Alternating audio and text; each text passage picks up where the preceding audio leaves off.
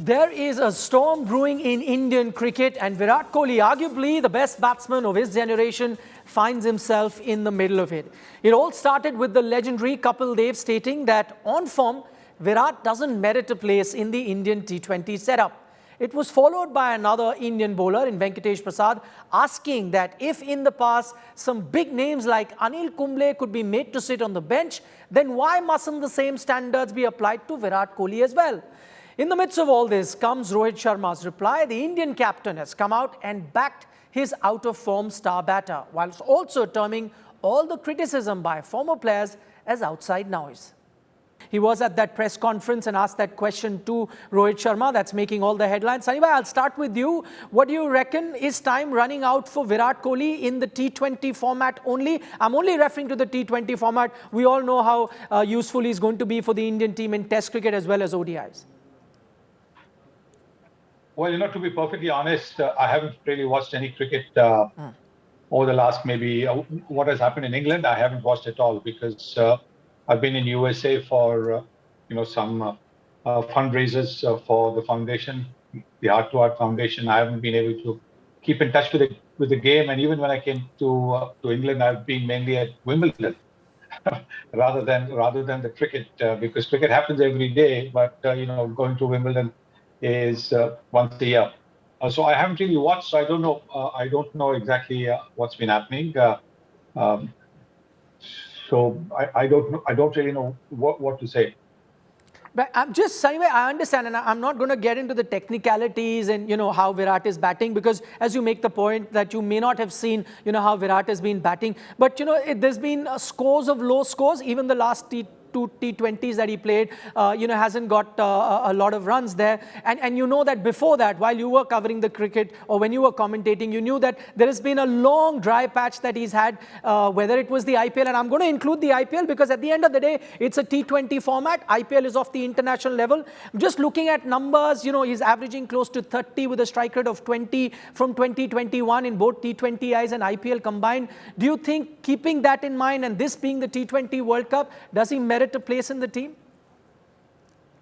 Don't we have a few matches to go before the team is selected for the World Cup? About 16, 17. I think we have a few matches to go, so yeah. Why don't we wait till then? Because that'll give us an idea of what kind of form he is in. Yes, he has not got runs, but he's not the only one who hasn't got runs. As far as I know, Rishabh Pant, Rohit Sharma didn't get too many runs in the IPL either. So let's not focus only on one person. Yes, he's been one of our greatest batsmen over the last decade and a half, and he's performed absolutely brilliantly. And therefore, I do understand that sometimes the focus is on him. But when you're talking about a team environment, let's look at everybody else as well, and let's not single out a person. And therefore, I'm saying that let's wait till the next few matches are done, because there's another, I think, a five or six match T20 series against the West Indies.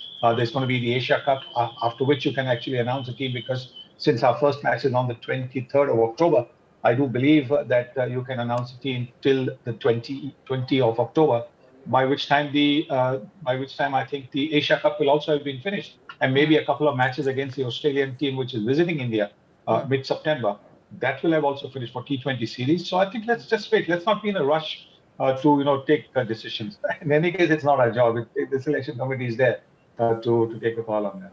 Yeah, absolutely. As Saivai there puts it into perspective, there's enough T20 cricket to be played ahead of that T20 World Cup. But just, as you mentioned, Saivai, that he should be playing. There's going to be 5 T20s in the West Indies. The team for that is going to be announced. We don't know whether Virat will be going there or not. But what we do know for sure at the moment, that he's not part of the 3 ODIs that will be played in the West Indies. Are you a bit surprised with that, considering that he's not been in form? I was looking at a Irfan Pathan tweet the other day. He said nobody comes back to form by resting. You can only get your form back if you're playing. One-day cricket, many believe, could be the best format for him to strike gold, to get back into form. Are you then surprised that he's not part of that squad that is going to the West Indies, at least to the first 3 ODIs are concerned? Well, looking at his record, he's got 43 or 44 centuries in one-day cricket.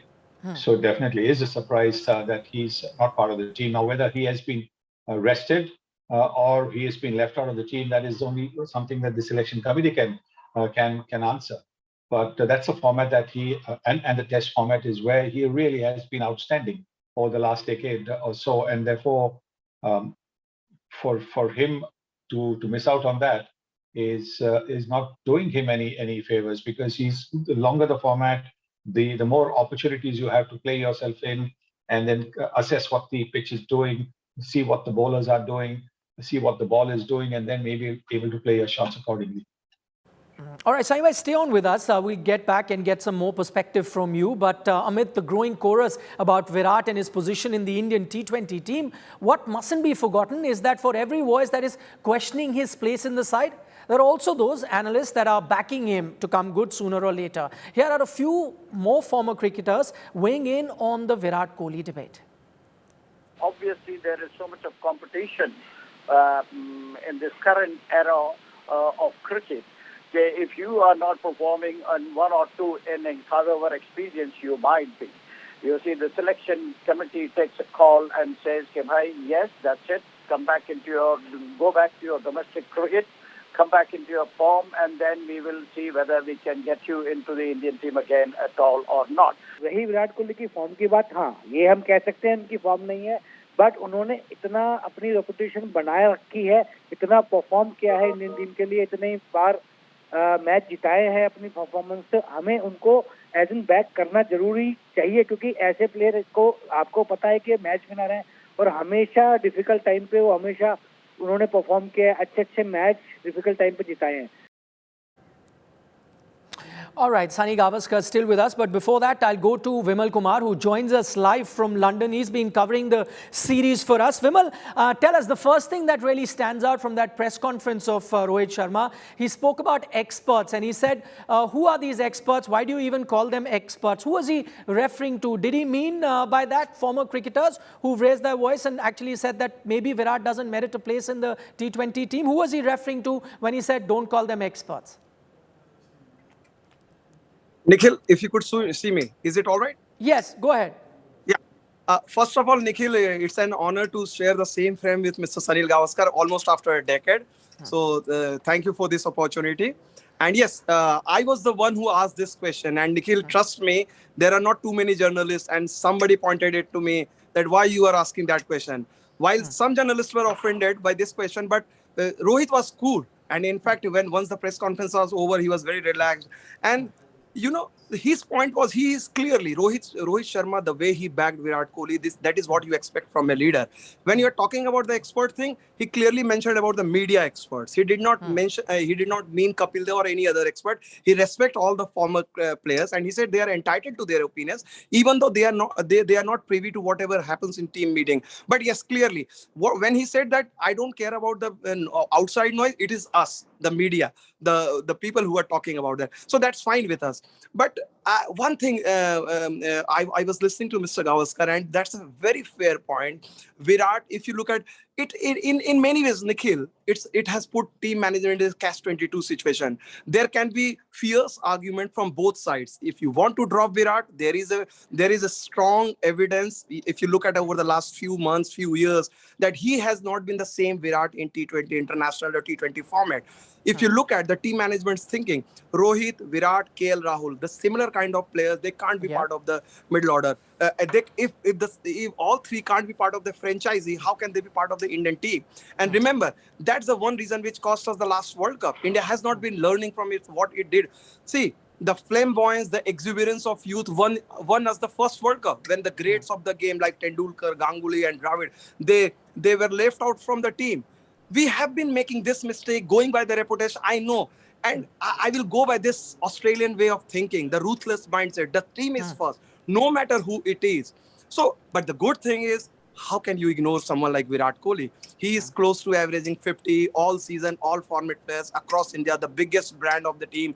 Australia, his record is outstanding. So basically, when we are debating about Virat Kohli, we are putting Rahul Dravid and Rohit Sharma in a very, very difficult situation, because trust me, whatever decision they will take, they are going to get flack for that.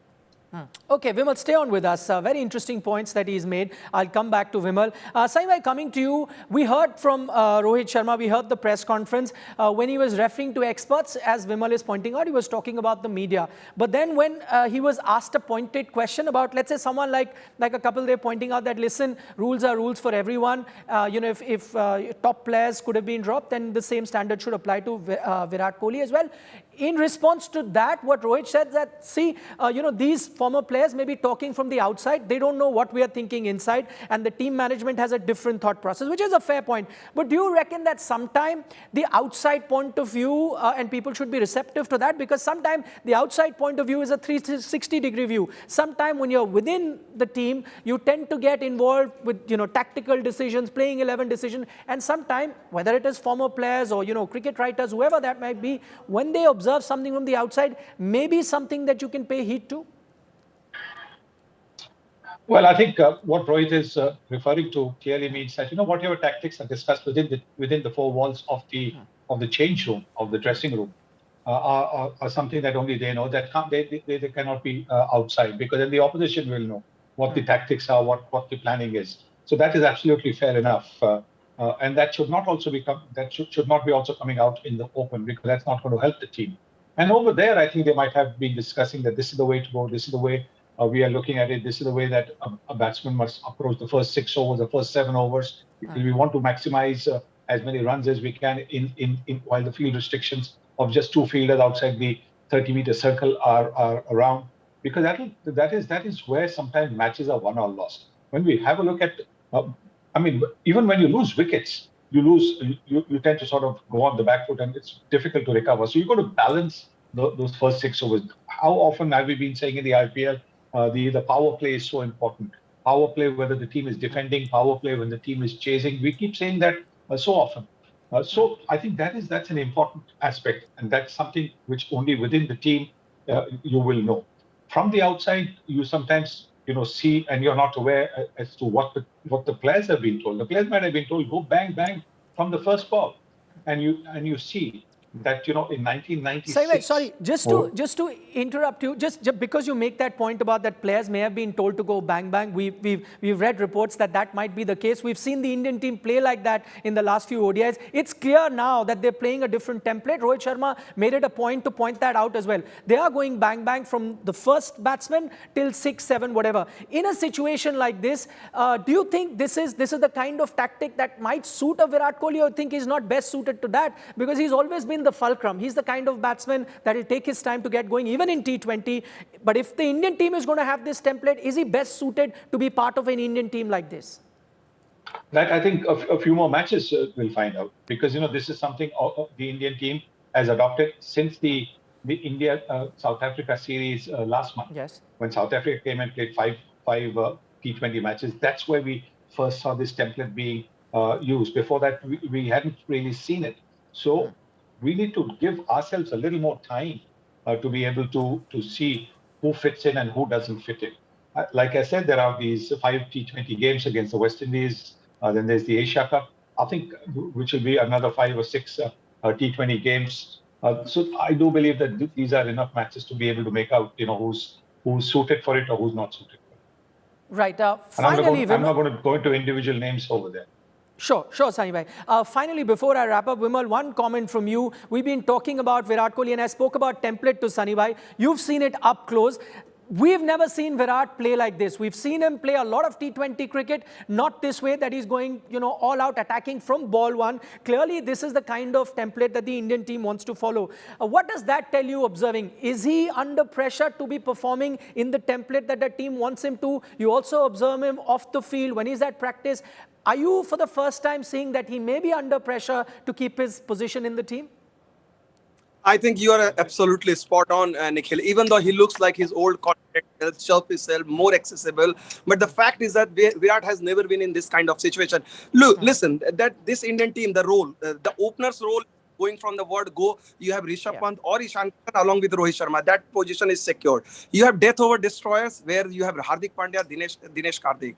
Now you have a middle order where you need somebody who is active, proactive from the word go, which is Surya Kumar Yadav, Dinesh Huda. Right. Where does Virat Kohli fits in? Is he the opener in the mood of Rohit Sharma or Pant, or a death over destroyer or a middle order? So this is something he finds himself in unfamiliar territory. But the good thing is, as Mr. Gavaskar says, that he's a too good a player, too great a player, Right, not to Vimal. sort these issues out. Right. Vimal, unfortunately, completely out of time, but thanks so much for joining us from London. Saibhai, thank you, as always, for giving us that perspective. And just to, sum up what Saibhai was saying, that yes, there are question marks over Virat Kohli's form, especially, as I mentioned again, in the T20 format. But then India has got a few T20 games to go. I think what really one needs to keep an eye out on is the West Indies tour, and when the T20 team for that would be announced. If Virat Kohli is not part of that T20 team, then I think the alarm bells will be ringing. That's all the time that we have on this broadcast. Thanks so much for joining. Those news and updates continue on India Today.